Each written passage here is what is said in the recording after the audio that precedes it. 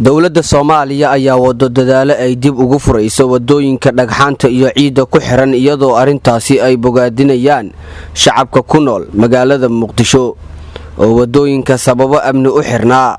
oo dib loo furayo taasi oo ay ku qabeen dhibaatooyin ciriiriga iyo jaamka faraha badan ee ka taagan wadooyinka ciriirigan ka jira wadooyinka ayaa sabab u ah wadooyinka magaalada Muqdisho oo aad u yar cabir ahaan gaadiidka oo aad ugu soo badanaya magaalada gaadiidka xamuulka ah ka soo rarta degada oo isku xira wadooyinka iyo taraafikada oo ku yar jidadka qaar ka mid ah shacabka iyo gaadiidleyda isticmaala wadada ayaa ka hadlaya saameynta ay ku yeelatay ciriiriga wadooyinka waxayna codsadeen in la furo dhammaan wadooyinka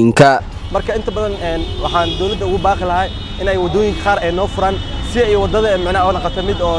saxmadiisa aad u yar laakiin inta badan hadda waxaan aragnaa jaamacad markaan xaafadda aan ka soo baxnay oo jaamacadda aan ku socono in waqtigan oo noo dhamaado marka waxaan u baahanahay in wadada loo furo marka caqabada ugu badan oo saaraya waxa waay baabuurtan oo jaamkan oo mootooyinka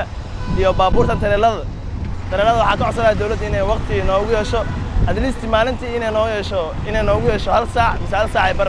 soo saxmad iyo wadxirka wax keenaya iyada waa ka saa halka qof qaado maanta meeshaas soo rabo hadda isgooska soo baan jooga yani banaadir oo kale qofka rabo waxa arkay nus saac ina u sii wado taasoo kale waxa soo weeso bajaajadii oo faraha ka batay magaaladii oo baabuurtii oo farada ka batay waxaan codsan lahayn si dhibkii dhibaatada u yaraato in dhammaan wadooyinka magaalada Muqdisho inta harsan ee nooga qaadaan dhagaxaanta iyo dhibaatada taalo sidoo kale jaamku wuxuu dhaliyaa sababooyin badan shilal baabuur ka dhaco inta jaamku u jiro waxa la wada carisanaa hal wado iyo laba wado waay hadee furnaaleed wado walbo baabuurta way kala leexan lahaayeen dhibaato badan ma dhici lahayn jaamka sidaas ma u sii fara badan lahayn jaamka markuu waxa sababayo wadooyinka oo xiran shilalka oo kale waxa sababo wadooyinka oo xiran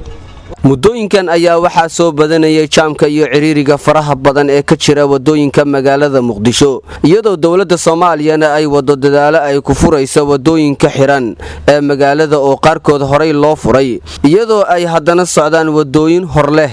oo sababo amni u xirnaa oo la furayo Maxamed Muuse Cusmaan telefishinka qaranka Soomaaliyeed Muqdisho.